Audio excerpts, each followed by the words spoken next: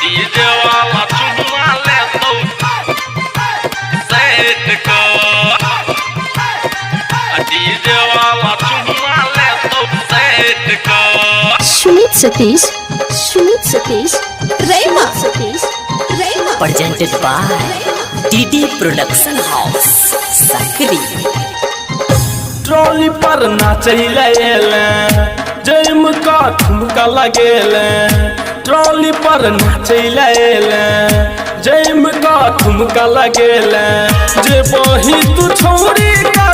बेच का है गे डीजे वाला चुमा ले तो सेट का ट्रॉली पर नाचैले जैम का ठुमका लगेले ट्रॉली पर नाचैले जैम का ठुमका लगेले डीजे वाला चुमा ले तो सेट को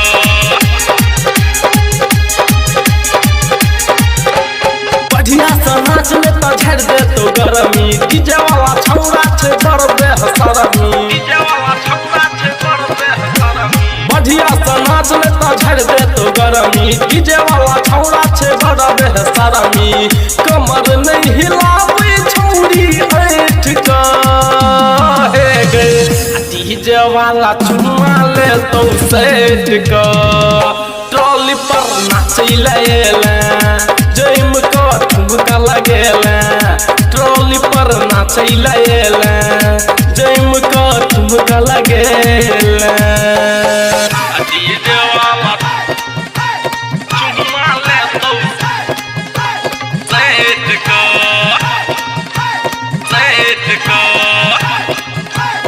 Sumit Satish Rema presented by DD Production House Sakri घघरी उठे तो पन सैया ले तो के चुम्मा गायक विजैया ले तो के चुम्मा गायक विजैया घघरी उठे तो पन सैया ले तो चुम्मा गायक विजैया राइटर संदीप ले तो पटेक के डीजे वाला चुम्मा ले तो सेट के ट्रॉली पर नाचैले जैम का ठुमका लगेले ट्रॉली पर नाचैले जैम का ठुमका लगेले ट्रॉली पर नाचैले जैम का ठुमका लगेले ट्रॉली पर नाचैले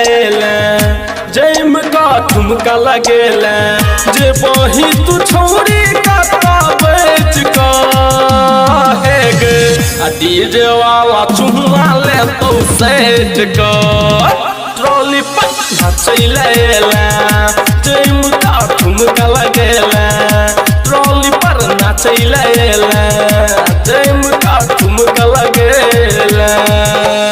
Recording by DD Production House Sakri 97 084 45